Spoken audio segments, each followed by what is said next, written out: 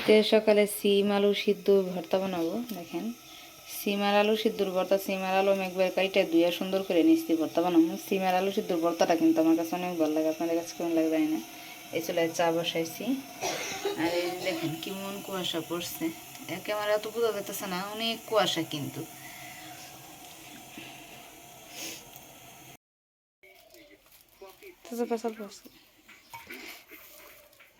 সকাল সকাল শফিকুলের দাদু পিঠা নিয়ে আইছে।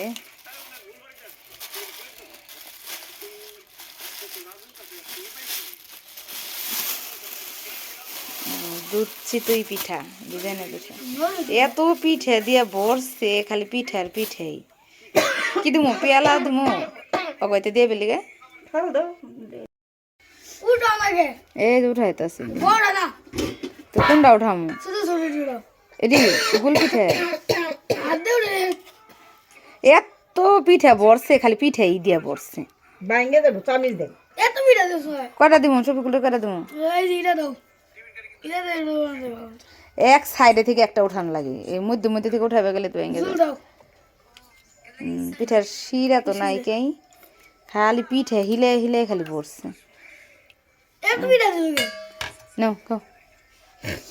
শফিকুলের কাকি পিঠা বানায় পাঠাইছে, নয়া জালে শাশুড়ি, আমার ছোট জালে, তিনজনে মিলে বানাইছে পিঠা নিয়ে আসে দাদু। এটুই দেন, কাট করে একটু শিরা দেন। থালের মধ্যে পিঠা ডালছে, মাজার জালের বাড়িতে দিব, বড় জালের বাড়িতে দিব। এক হাড়ি পিঠা নিয়েছি, ইমন বরাবর সে পিঠা ভিজে ভাঙ্গে ছিঁড়ে গেছে। আরো দেন, আরো দিলে আরো দেন। তাহলে শাহিনগুলি একবারই বাড়েন 2 প্লেটের মধ্যে।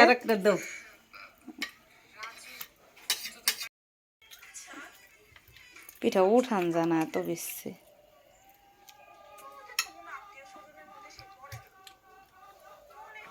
আর এত বড় বড় পিঠা কি এর মতো বানাইছে? মাইটা খোলায় না খাবে, লোহার খাজে। তো লোহার খাজে এত বড় বড় নি পিঠে।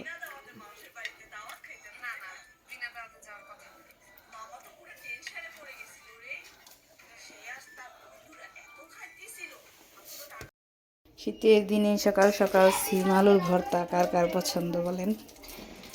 আমার তো সকালবেলা গরম গরম ভাত দিয়ে সিম দিয়ে আলু দিয়ে সিদ্ধ করে ভর্তা বানাইলে, গরম ভর্তা আর গরম ভাত খুবই মজা লাগে। এনে যে শুকনা মরিচ পেঁয়াজ এগুলি সব সরিষার তেলে বাছছি, বাইরে যে ডইলে নিচ্ছি, দেখেন কত সুন্দর দেখা যাচ্ছে।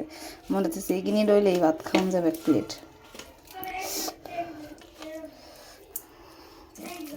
এতটুকু মিলামো নাকি আমার ছেলেরা খাই পারবো কিনা।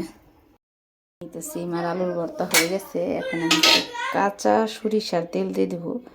আলুর ভর্তা সিমের ভর্তা একটু সরিষার তেল না দিলে কিন্তু ভালো লাগে না, একদম খাঁটি সরিষার তেল। এগুলো আমাদের খেতে সরিষা ভাঙিয়ে যে তেল হয়েছে সেই তেল। আমি তো অল টাইম 12 মাস সব তরকারিতে সরিষার তেল খাই। ভর্তাটা কীরকম হয়েছে দেখেন। এই মাত্র মাছ রাখলাম, টাটকেনি মাছ, সাথে একটা দিছে একটু বড় মাছ। এই মাছগুলো এখন কাটবো।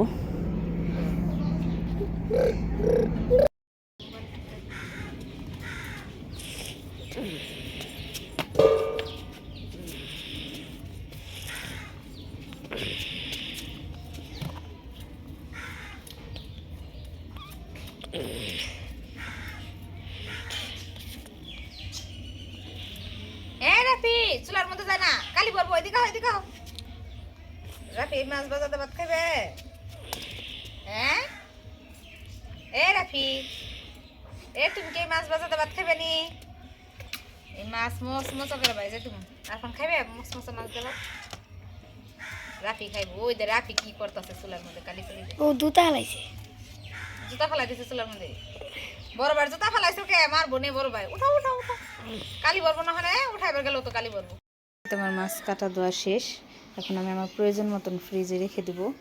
এই মাছগুলো অনায়াসে 2 দিন খাওয়া যাবে, কারণ এখানে অনেকগুলি মাছ, আর যেহেতু আমরা মানুষ একদমই কম।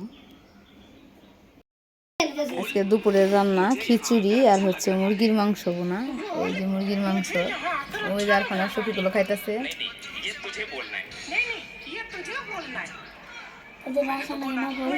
সাথে যে সকালের যে সিম ভর্তা বানাইছিলাম সেই সিম ভর্তাও রয়েছে। এখন সন্ধ্যাবেলা মুড়ি মাখাইতেছি কি দিয়ে জানেন? ছোলা বোনা দিয়ে। ছোলা সিদ্ধ করে আরো দেবো এটি খায় না বাবা, এত বা খাইলে খাই যে কত ছোলা বই না থেছি। রান্না করার সময় দুপুরবেলা আমি বেশি করে ছোলা বোনা করে থাকিছি বাবাগুলি। ওই যে ল্যাপটপ চালু করে থাকিছি, এই যে একজনে মোবাইল চালু করে থাকিছে। রোজই সন্ধ্যা হইলে হ্যাঁ কিছু না কিছু খাইবার মন চায়। তো একদিন নুডলস, একদিন পাস্তা, তো সন্ধ্যার পরে। আজকেও বিকেলে লাল শাক উঠাইছে দুজনে, আমিও উঠাইছি যে বিক্রি করার জন্য। লাল শাক আর খাইতে খাইতে ভালো লাগে না, খেতে বুনছি যখন। আর ফান মোবাইলটা বন্ধ করো নাকি, একটু সাউন্ড অফ করো। আলু একটা জব জবা হয়েছি, কত সুন্দর মুড়ি মাখাইছি, পেঁয়াজ মরিচ সব দিয়ে মাখাইছি। খেতে থেকে টাটকা ধনিয়া পাতা আনবার মন নাই, খেতে কত সুন্দর ধনিয়া পাতা ছিল। ধনিয়া পাতা বিসমিল্লাহ। অনেক মজা হয়েছে। সত্যি মজা হয়েছে কিন্তু।